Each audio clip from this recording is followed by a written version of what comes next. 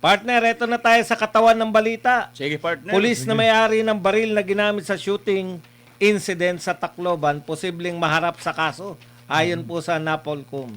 Naglunsad ng motopropyo investigation ng National Police Commission o NAPOLCOM kaugnay ng posibleng administrative liability ng babaeng pulis na may-ari ng baril na ginamit sa madugong insidente sa isang paralan sa Tacloban City. Ayon kay NAPOLCOM, Chairperson at Executive Officer Rafael Vicente Calinisan, inatasan na niya ang Regional Director ng NAPOLCOM Region 8 na pabilisin ang investigasyon. Ayon kay Calinisan, isasagawa ang investigasyon ng NAPOLCOM kasabay at kagapay ng pagsisiyasat na ginagawa ng Philippine National Police. Layunin ng hiwalay na investigasyon na matukoy kung may pananagutang administratibo ang naturang pulis kaugnay ng insidente. Partner, ano masasabi nyo rito? Dapat ba talagang managot itong may-ari ng baril na nagamit diyan sa Tacloban City? Sa akin, partner, talagang dapat managot, hindi lang siguro administratibo, kundi kasong kriminal din eh. Kasi baril niya po yung pinutok, partner. At service firearms po niya yan sa pagkapulis niya. At dapat siguro laliman pa yung investigasyon dito kasi nga ho, napapansin natin, kumakalat ngayon sa mga balita na mas may alam pa, partner. Yung 14 anyos doon sa 15 anyos patungkol po sa juvenile justice law ni Senator Kiko Pangilinan. Kumbaga, mas expert ang 14 sa 15. So, ang tanong natin, bakit siya nagkaroon ng mga ideya na ganito? Di ba kaya ito ay tinuro ng kanyang tsahin ba, partner? Tsahin na pulis. At bakit dala yung baril ng kanyang pamangkin? Kasi pag ikaw, partner pulis, alam mo yung safety ng inyong armas. Alam mo to, delikadong bagay ho ito eh. Kunting kalabit lang, pag may bala, puputok ko ito at kakaroon na tayo ng disgrasya. Sa akin, partner, administratibo na kaso at dapat may kasong kriminal din. Partner BMR. Alam nyo, mga partner, ito kahit hindi man ito pulis, halimbawa, ordinaryong mamamayan lang ito na may-ari ng baril, tapos nakuha ito ng bata, tapos ito nga nagamit sa krimen or pamamaril, at nagresulta nga ito ng pagkasawi. Kahit hindi ka pulis, partner, malaki pa rin ang mo dito, malaki pa rin ang parusang kakaharapin mo. So ngayon, ang tinitingnan ko, how much more, kung mapatunayan ito, partner, again, hindi pa rin po tayo pwedeng mag-conclude kaagad dito. No? Para sa akin, we cannot conclude everything unless na napatunayan na talaga ito ng korte. So sinasabi natin na lang dito, yung mga possible na po pwedeng maganap. Ang bigat ng parusa ng isang ordinaryong mamamayan, halimbawa, mayroon kang lisensya ng baril, isa kang ordinaryong mamamayan, tapos itong baril mo ngayon napulot, nakuha ng hindi otorisado, lalo na minor de edad. Kahit ano pang sabihin mo na ninakaw ito, kinuha ito ng hindi mo alam, wala pa rin yun, hindi pa rin yun magmamater doon sa pananagutan mo. So bilang isang mayroong hawak na ganitong baril tapos nagamit, which is ikaw yung isa sa may malaking pinanagutan, kasi kung hindi mo yan pinakalat-kalat lang or nilagay mo yan sa tamang pagkalagyan na hindi yan po pwedeng makuha ng kahit sino man na hindi otorisado, hindi sana yan magagamit. Now, ang matindi nito, ang matter dito, kasi hindi ka lang basta ordinaryong tao na may hawak na baril, kundi isa ka pang pulis. At the same time, pag pulis ka, ibig sabihin, mas mayroong kang alam ng responsibility nito. Ano ang ating sinasabi rito, partner? Para bago sa mga kaso naririnig natin, may tinatawag na aggravating circumstances. Baka pumasok ka pa dito, partner. Partner, tama kayo dyan, no? Ito po, meron po nag-comment sa atin. Good morning mga birada, watching from Cyprus. Hand pink waving. Pasaway ang batas ni Mating Kiko. Siguro matching ang gusto niya sabihin. Partner, ako... Partner, may nagpakulay, partner. Evelyn Suela, maraming salamat sa pakulay. Maraming salamat sa pakulay. Eto, partner, total, ito na pinag-uusapan natin. Kasi, alam naman natin to. Sa susunod, mas maganda siguro natin dito ipasok yan. Yun na nga po, no? May pananagutan yung tiyahin. At saka yung sa kabila rin, kasi security, kung di ako nagkakamali, lisensyado rin to sa security agency naman. Yung baril ng nung isa pong namaril, no? Yung isa sa police, pati po yung security agency na pinanggalingan din po nung baril nung isa. Dapat talaga maganda po paliwanag ng mga matatanda dito na may-ari ng baril. Kasi paano nahawakan ng minor de edad to, mga partner? Meron pa ba kayo, partner? Sundan na kagad natin ang katawan ng balita na may kaugnayan sa balitang pinag-usapan natin. Sige, partner. Malacanang, 12 anyos na age of criminal liability, reasonabling edad. Kasunod dito na investigasyon sa naganap na pamamaril sa San Jose National High School sa Tacloban City, Leyte noong Hunyo 22. Inuulat ng PNP o ng parehong positibo sa gunpowder, nitrates ang 2 minor de edad na sangkot sa insidente. Sa palace briefing nito Martes, Hunyo 23, sinabi ng PNP spokesperson Colonel Allen Reyco na ang mga suspect ay 2 children in conflict with the law na kinikilalang sila alias Rod, 15 taong gulang, at alias Nash, 14 na taong gulang. 3 estudyante na sawi habang 20 naman ang nasugatan sa insidente. Dami na pala, partner. Sa kabilang ng sugatan, 15 ang nagtamo ng tama ng bala habang 5 ang nasaktan dahil sa panik nang magtakbuhan, tumalon at madapa ang mga tao sa lugar. Sa investigasyon ng 2 baril, ang narecover ng mga otoridad ay isang kalibre 38 arms core na nakarehistro sa isang security agency sa Cebu City at isang 9mm Glock 17 na naka-issue sa isang policewoman na nakatalaga sa Police Regional Office 8. Inatasan pa rin ng Civil Service Group na imbestigahan kung paano napunta sa mga minor de edad ang kalibre 38 revolver. Samantala, pabor ang Philippine National Police sa panawagang ibaba ang minimum age of criminal responsibility. Partner, ano masasabi nyo rito? 12 na ang gusto ng PNP at ng Malacanang. Sa akin, partner, okay ako dyan, no, na babaan. Kasi nga, yung kay Senator Robin Padilla nga ay 10 years old yun, partner. So ito, 12. Kung magkasundo sila dito sa panukala na amendments ni Senator Robin Padilla, 12 or 10, siguro kahit saan dyan, partner, okay na ako, partner. Kaysa naman Kahit yung 11, no? Kahit 11. Kung may Gigitna na lang magko-compromise, siguro oh. sila, magko-compromise, gigitna. So 11 na lang. 11 na above, partner, 11 to 16, partner, no? Or 11 to 18, meron ka ng criminal liabilities, mas the best yan, partner, para sa akin.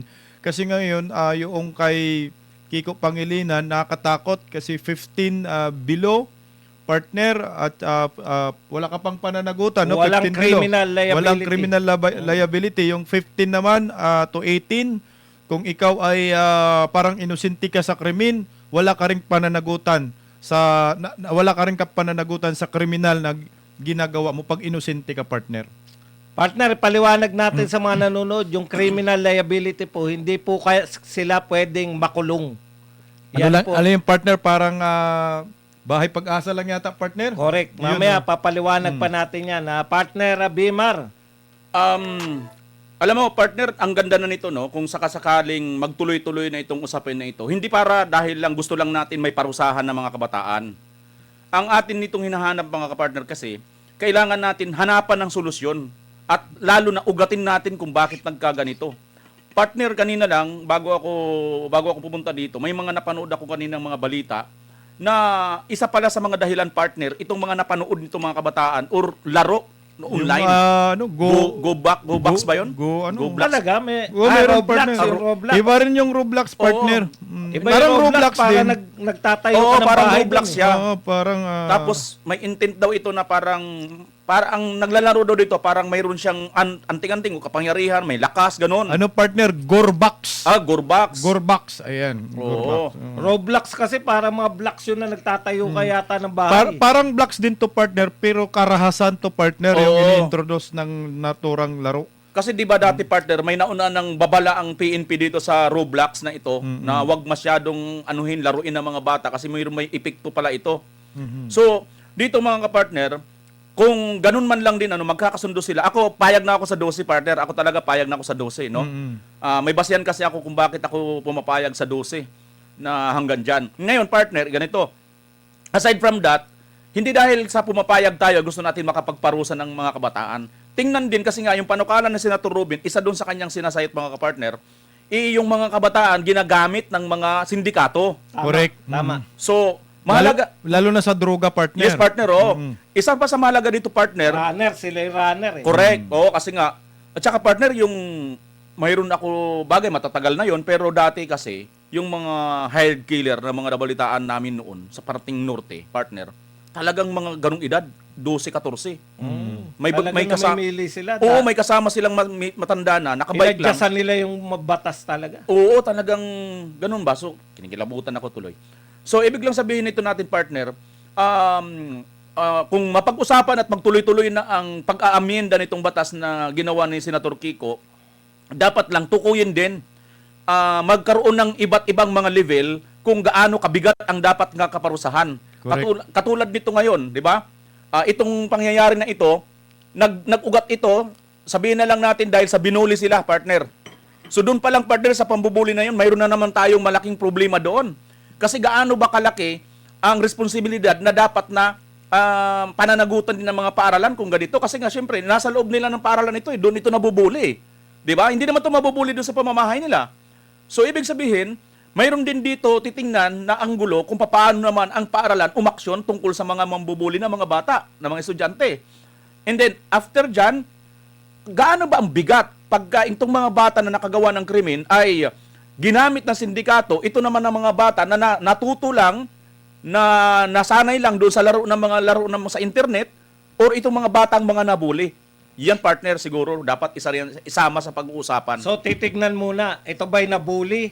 Kaya may karapatang pumatay, ganun ba? Hindi, ang punto ko dito, Kasi- kasi nga, partner, nagiging maingat tayo dahil nga batang pinag-uusapan, di ba? Minor. Kasi nga itong batas ni Kiko, talagang pabor ito sa kanilang mga bata. Walang krimen. Which is, ako, para sa akin, partner, lagi po natin bibigyan pa rin ng yung mga kabataan, kasi nga itong mga kabataan, may chance pa itong magbago eh. Malaki pa ang kanilang panahon magbago. Ang problema lang kasi natin, more on, itong batas ni Kiko, parang wala talagang parusa eh.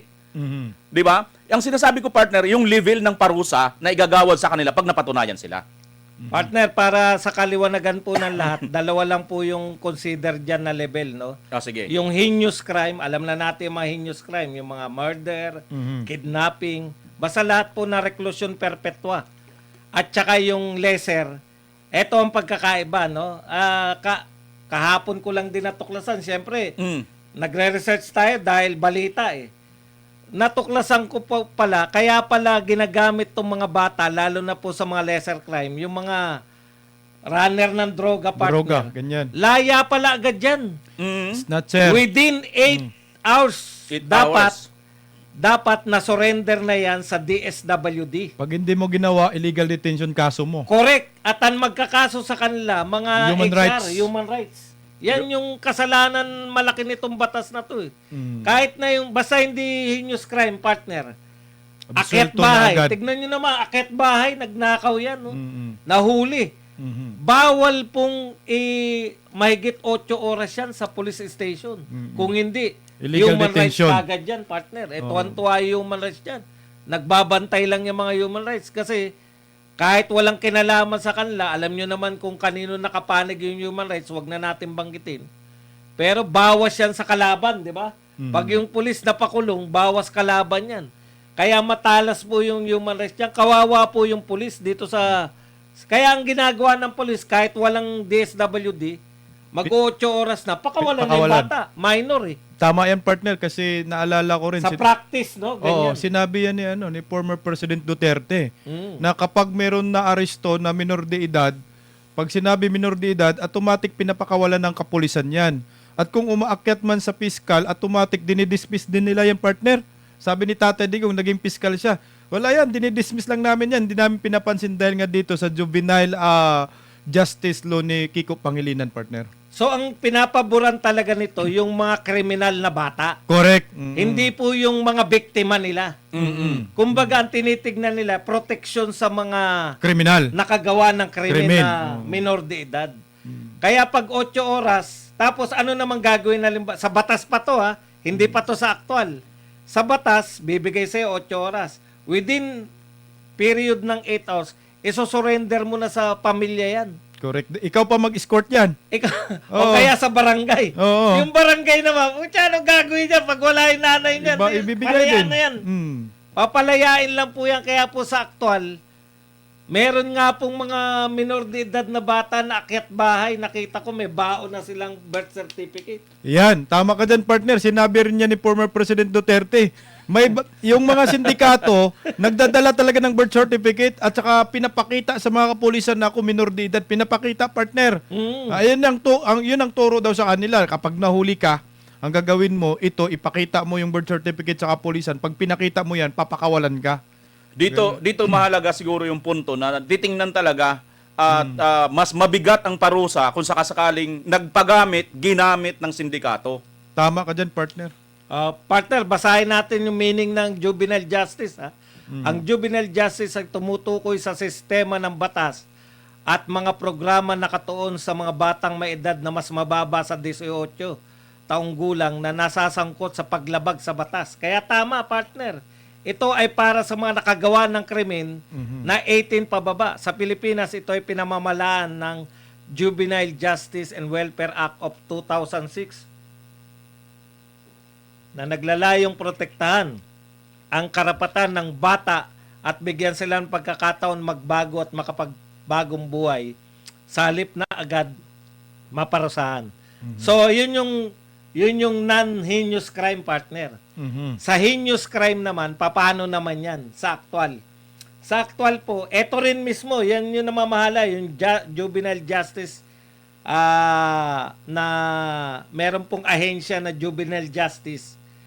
Sila po yung namamahala. Automatic naman po, hindi po papakawalan. Ang problema kay Kiko, may panlilin lang. Yung sinasabi niya, sino nagsasabi na walang parusa? May parusa. Hindi po sila pakakawalan. Pero tignan niyo po yung paggamit niya ng term, hindi pakakawalan, hindi sinabing ikukulong. Pag criminal liability, absence of criminal liability, bawal kang ikulong. Correct, partner. Ay, anong gagawin sa kanila kung hindi papakawalan? Magkaiba po yung kinulong sa pinakawalan. Katulad po yan ng mga nagparehab. Hindi mo tatawaging nakakulong yung nagparehab. Parehab nga eh. Parang irerehab lang po sila sa loob lamang ng isang taon. Ang sabi ni Kiko, partner, 1 year, depende daw sa magiging assessment, 1 year to 3 years. Pero hindi po ito literal na kulungan. Ito po ay tinatawag nila na bahay pag-asa. Correct. Na pag tiningnan nyo po, yung understanding ni Kiko at understanding ng 14 anyo sa juvenile law, pareho sila. Kasi sinabi ng 14 anyos makukulong tayo pero hindi tayo mapunta sa kulungan pag pag nagbago tayo pagdating ng 18 years old natin, papakawalan tayo. Tama nga ho, 15, di ba? 15 siya. So 15, 16, 17, 18, after 3 years, sabi nga ni Kiko, 1 year to 3 years ang parang parusa, pero hindi to parusa kasi hindi naman to kulungan, kundi rehabilitation center, partner. Correct. At saka partner, sige. nakalagay doon 1 year lang. Siguro Correct. ma-extend yun kung nanapak yung bata doon sa loob. Ito pa, partner, yung aking na-research dyan, 15 taong gulang pababa, hindi criminally liable. Correct. Ibig sabihin, hindi sila maaring hatulan ng kasong kriminal. Sa halip, maaari silang isailalim sa intervention o rehabilitation programs. Doon na nga sa bahay pag-asa. Oo. Partner Buds, yung kanina sinabi mo may pandilin lang, isa pa ito sa pandilin lang. Pakinggan nyo. Sige. Mahigit 15 ngunit wala pang 18 taong gulang, maaring managot. Partner, ito na yun ha, ito na hinahanap natin. Maaring managot kung napatunayang kumilos kumilos sila ng may discernment o alam na nila na may mali at may epekto ang kanilang ginawa. Kung walang discernment, hindi rin sila criminally liable. Yan yung mataas sa 15 hanggang 18. Oo, Ayan, partner. Pero saan papasok ngayon yung mga namaril sa Tacloban? Nandito sa 15 pababa. Correct. Kahit alam nilang mali, wala silang criminal liability. Correct, partner. Partner, yung 15 above, pinaliwanag ng police. Sabi, pag 15 ka, 15 years plus 1 day, pasok ka daw sa 15 to 18. Oo. At yun nga yun. Mayroon ka daw, pwede ka daw managot kung ito nga partner ang dun na ito nga nagano kung alam mo or may discernment. Kung alam mong ginagawa mo. Paano partner kung tingnan nyo nga yung usapan nila sa chat kahapon, di ba partner? Tinalakay Correct. natin dito. Oo. Alam nila eh. Ito nga 15 to 14, alam na nilang kanilang gagawin eh. How much more yung 15 to 18? At mas hustler yung 14 partner ha, sa juvenile law ha. Yun ang nakakagulat. So, ibig sabihin, kung nagawa ito ng 14-15, paano pa yung 15 to 18? Hindi Correct. nila kayang sabihin na, hindi namin ito sinasadya eh. Correct. Di wala na namang discernment doon. Tama. Hindi naman sila kulong. Diyan napapasok yung argumento, debate ng mga abogado nila. Yes. So ngayon, kung may magaling kang abogado, gagamitin lang yung juvenile law ni Kiko Pangilinan, kahit kinasuhan partner, yung 15 anyos partner ha, isang putok lang pala yung pinapaputok ng 15 anyos partner. Oo. Oo, isa lang pala. Yung marami, 40, yung 14 anyos nung may 9mm. Partner, kinasuhan na po yung 15 anyos ng 3 counts of murder, 3 counts of frustrated murder, at multiple counts of serious physical injuries. Yung 15 anyos, partner.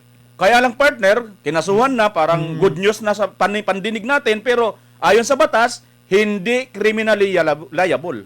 Doon pa rin mapapaso, partner.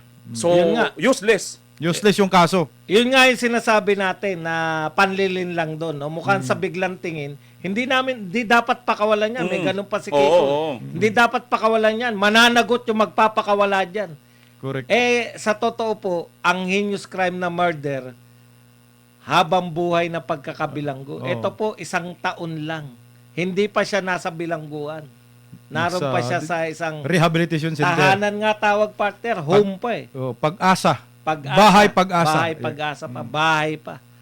At saka partner, nabanggit rin yan ng 2 batang kriminal na pupunta tayo doon sa bahay pag-asa, magpakabait lang tayo para makalaya agad. Mahusay, no? alam talaga Alam nila. na alam no? eh. So, kita mo partner ha, 14 to 15, alam na alam ito. How much more yung 15 to 18? Correct. Tayo nag-estudyante tayo partner eh. Tama ka dyan, partner. Hindi ba natin alam nung grade 6 pa lang tayo, hindi natin alam bawal pumatay, Correct. bawal manuntok, bawal mambugbog. Ako partner, ibang alam ko nun. Grade Ang 6 ka pa alam lang, natin, mo na partner, huwag tayong pumatay, bumuhay lang tayo. Yun ang gustong panabatin eh. Dahil dyan, partner, may comment. Sa Iberian RP, pwede na nilang ikatwiran na kapag nagnakaw ang kabataan, na-inspire lang sila sa napapanood nilang politiko. Pwede. In-idol nila. Kaya lang nga, yun na nga eh, no? Ito po ang masama dito. Yan po, sa heinous crime lang. Ganito po, yung mga tinitrain po ng mga sindikato, Na hindi naman magnakaw. po heinous crime yan eh. Nakaw lang naman yun. Yung runner ka ng droga, Droga. hindi po heinous yan kasi runner ka lang eh. Ang problema doon, tinuturuan natin yung mga bata na maging kriminal. Kaya yan yung danger ng hindi sila pinaparusahan. Correct. Partner, ayan, may tanong partner yung sa comment section. Partner. Question, if lagpas na sila sa 18 years old, babayaran ba din nila yung ginawa nilang kasalanan?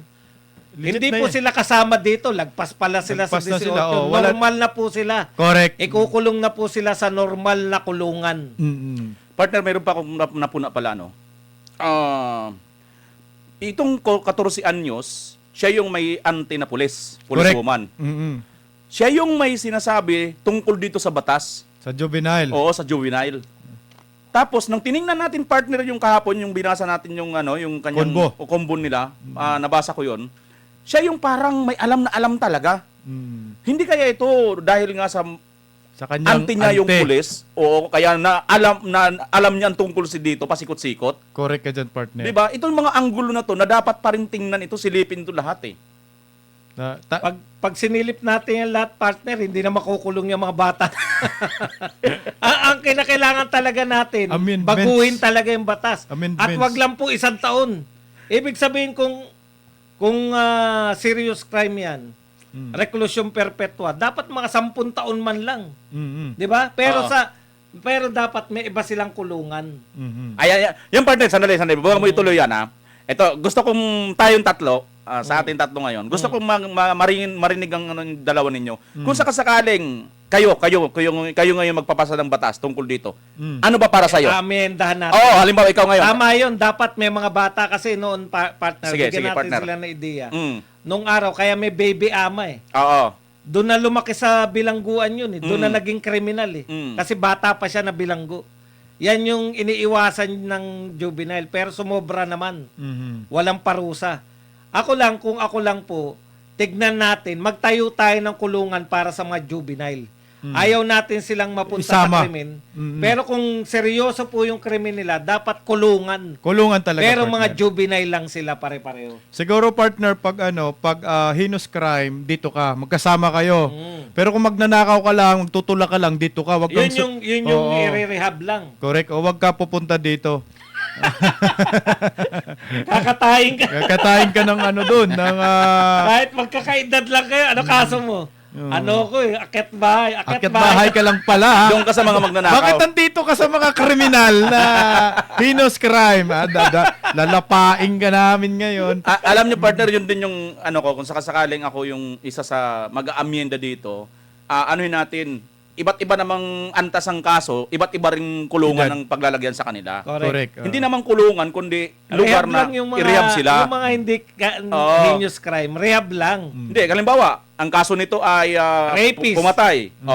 Doon ka sa mga Kulungan talaga. Pumatay. Yung mga rapist sa mga rapist naman. Oo. Yung magnanakaw sa magnanakaw Sa naman. rapist, lagyan ng baka. Kabayo. Baka mangati. Pero partner, maganda talaga yung mga partner, yung mga non-government organization partner na nangangalaga sa mga bata na parang napariwara, partner. Kagaya yung ginagawa kay ni Pastor Apollo Sikibuloy, yung meron silang Children's Joy Foundation, partner, na may programa sila na para sa mga kabataan, para gabayan sila, partner, para hindi maligaw sa landas at lalong mapanahon sa kanila yung paglaki at paghubog ng pagkatao nila. Sa Children's Joy Foundation, partner, yung mga bata doon, partner, nakasalamuha ko na yun, partner. Yung iba doon, iniwan ng magulang, tinapon sa kalsada, partner. Kasi nakaranas ako ng birthday party ng anak ko, partner, doon sa Waxis, partner. 13 years old yung anak ko. Sila yung beneficiary, partner, mga 100. Dami nga nila, partner, pero 100 ng kaya ko, partner, pinakain ko sa Waxis. Ang gagaling na partner, kumanta, disiplinado, partner, grabe. Bilib ako sa foundation ng Children's Joy Foundation. Sana dumami yung ganyang uri ng Correct, foundation. partner, oo. Kaya kung gusto ninyong mag-donate, sa Children's Joy Foundation na kayo, partner, talagang napupunta sa tama. Pinag-aral ng libre lahat yan, partner.